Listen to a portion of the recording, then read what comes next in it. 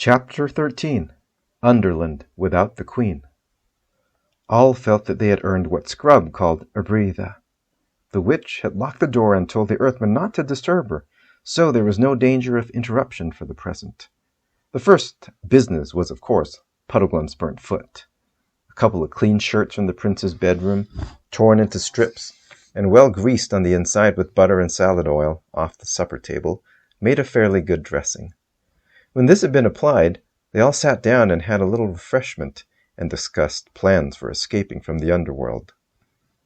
Rillian explained that there were quite a lot of outlets by which one could get to the surface. He had been taken out through most of them at one time or another, but he had never gone out alone, only with the witch, and he had always reached these outlets by going in a ship across the sunless sea.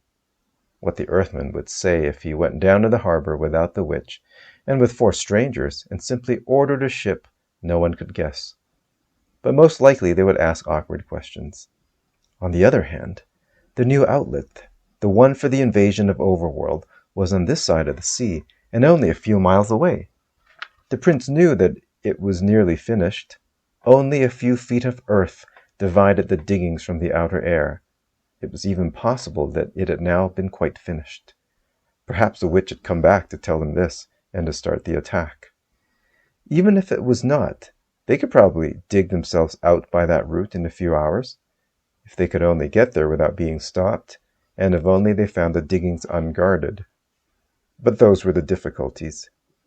"If you ask me," began Puddleglum, when Scrub interrupted. "I say," he asked, "what's that noise?" "I've been wondering that for some time," said Jill. They had all in fact been hearing the noise, but it had begun and increased so gradually that they didn't know when they had first noticed it. For a time it had been only a vague disquiet, like gentle winds or traffic very far away. Then it swelled to a murmur like the sea. Then came rumblings and rushings. Now there seemed to be voices as well, and also a steady roaring that was not voices. "By the lion," said Prince Rillian, "it seems this silent land has found a tongue at last." He rose, walked to the window, and drew aside the curtains. The others crowded round him to look out. The very first thing they noticed was a great red glow. Its reflection made a red patch on the roof of the underworld thousands of feet above them, so that they could see a rocky ceiling which had perhaps been hidden in darkness ever since the world was made. The glow itself came from the far side of the city, so that many buildings, grim and great, stood up blackly against it. But it also cast its light down many streets that ran from it towards the castle. And in those streets something very strange was going on. The closely packed, silent crowds of earthmen had vanished. Instead, there were figures darting about by ones or twos or threes. They behaved like people who don't want to be seen, lurking in shadow behind buttresses or in doorways, and then moving quickly across the open into fresh places of hiding. But the strangest thing of all, to anyone who knew the gnomes, was the noise. Shouts and cries came from all directions, but from the harbor there came a low, rumbling roar which grew steadily louder and was already shaking the whole city. "What's happening to the earthmen?" said Scrub. "Is it them shouting?" "'Tis hardly possible," said the prince. "I never heard one of the rascals so much as speak with a loud voice in all the weary years of my bondage. Some new devilry, I don't doubt." "And what's that red light over there?" asked Jill. "Is something on fire?" "If you ask me," said Puddleglum, "I should say that was the central fires of the earth breaking out to make a new volcano. We'll be in the middle of it, I shouldn't wonder." "Look at that ship," said Scrub. "Why is it coming on so quickly? No one's rowing it." "Look, look," said the prince. "The ship is already far this side of the harbour. It is in the street. Look, all the ships are driving into the city. By my head, the sea's rising. The flood is upon us.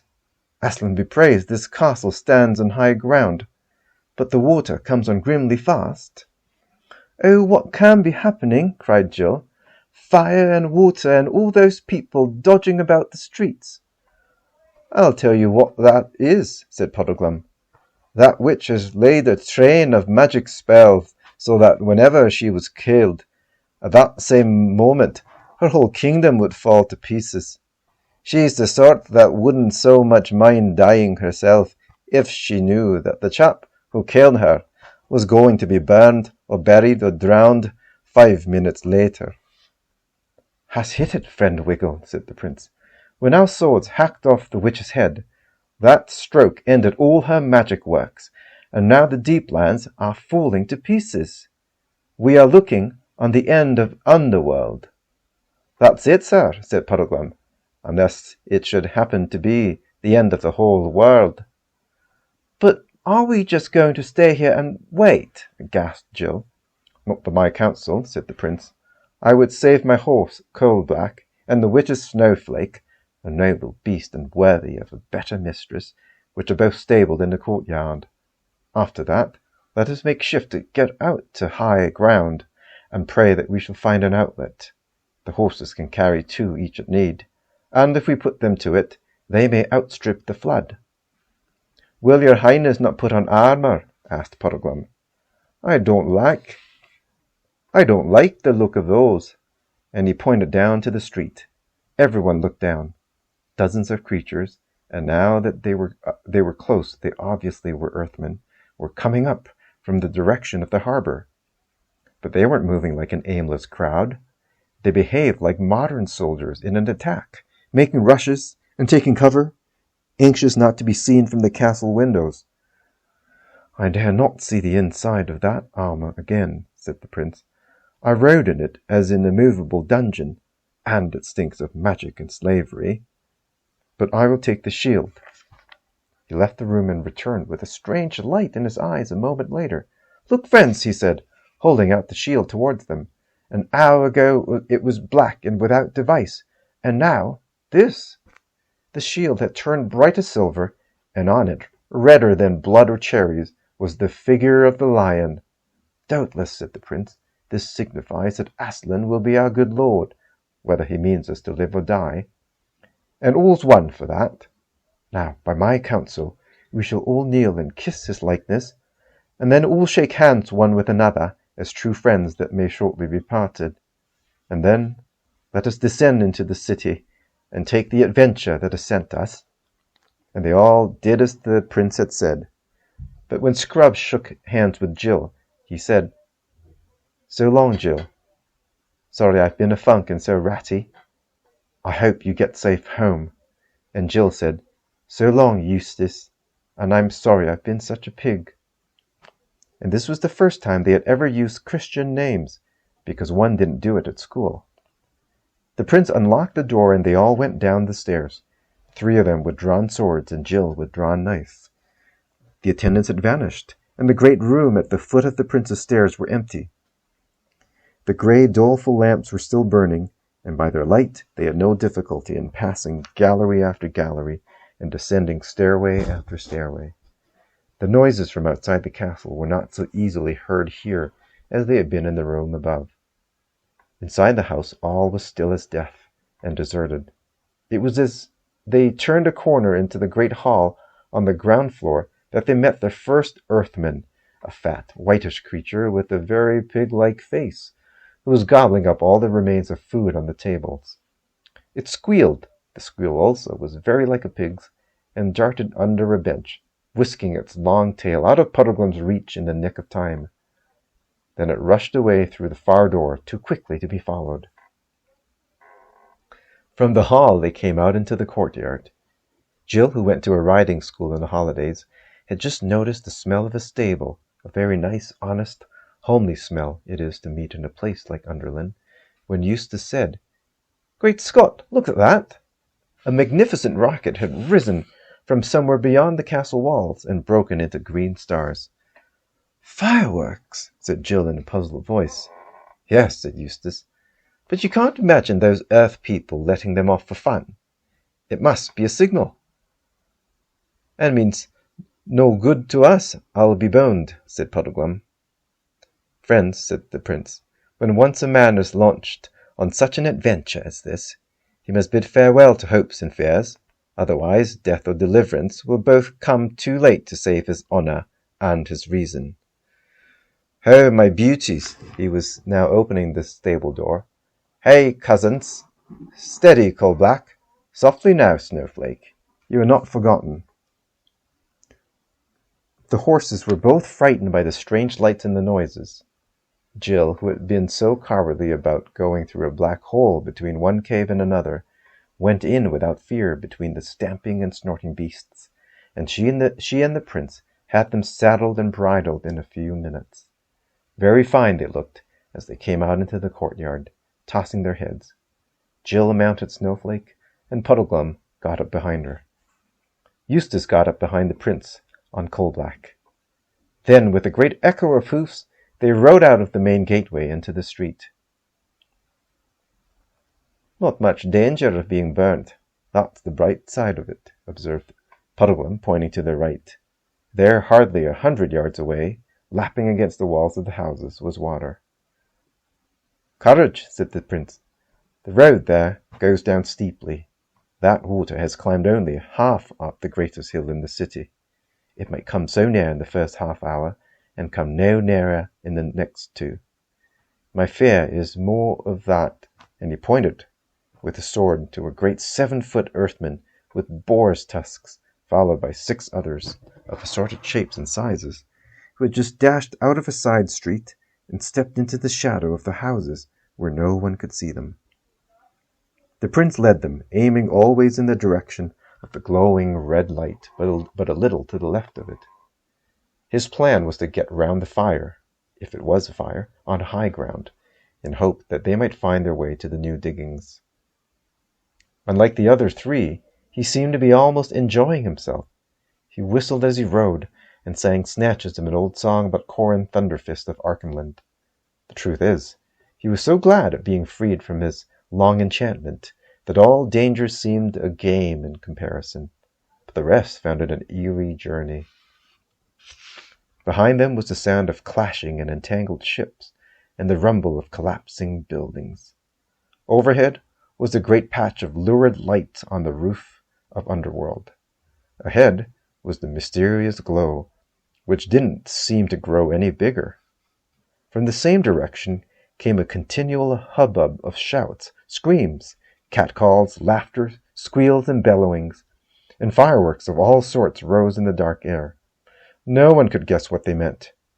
Nearer to them, the city was partly lit up by the red glow and partly by the very different light of the dreary gnome lamps.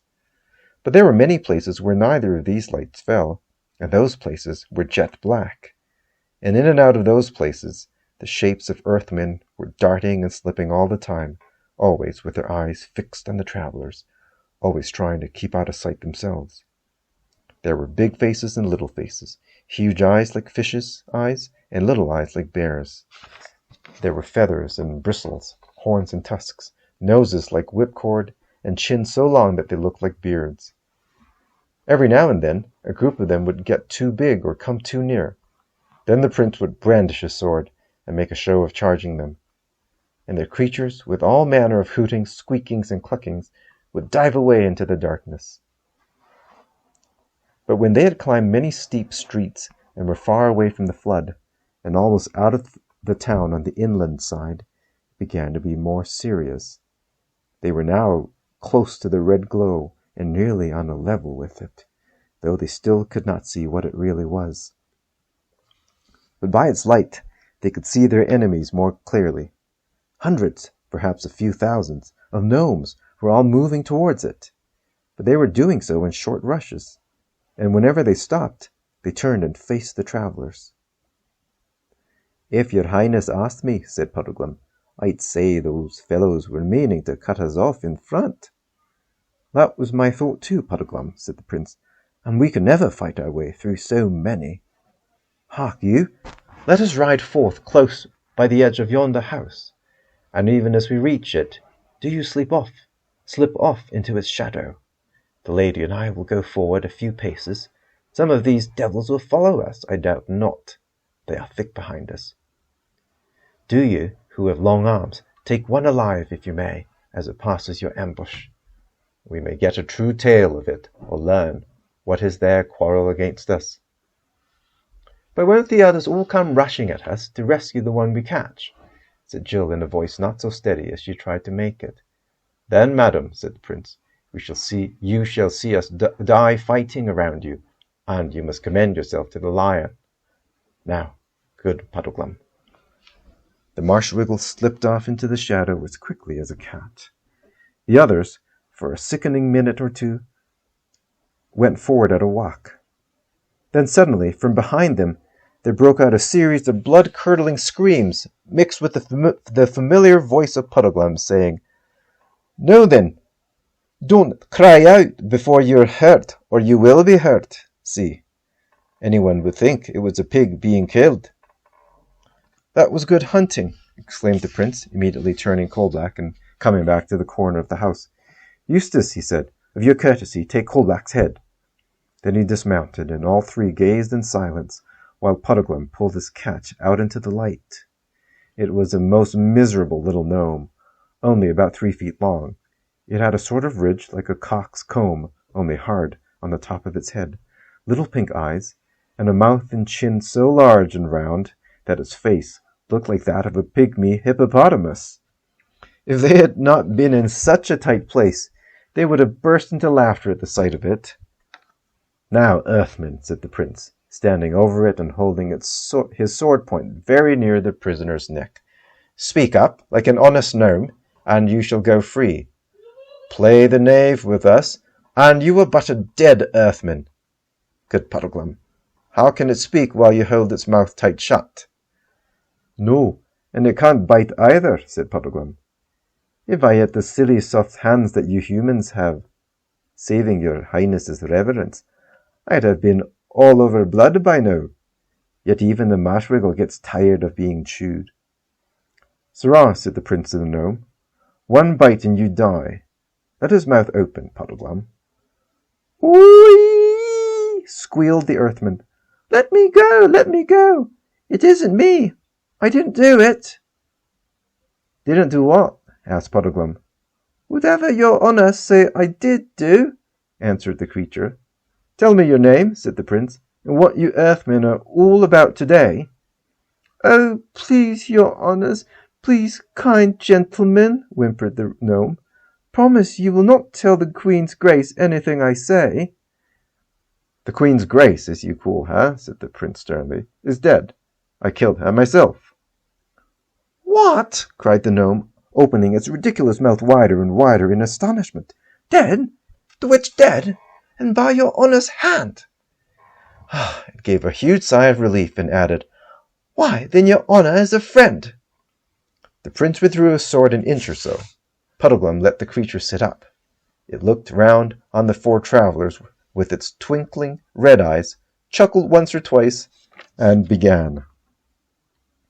End of the chapter.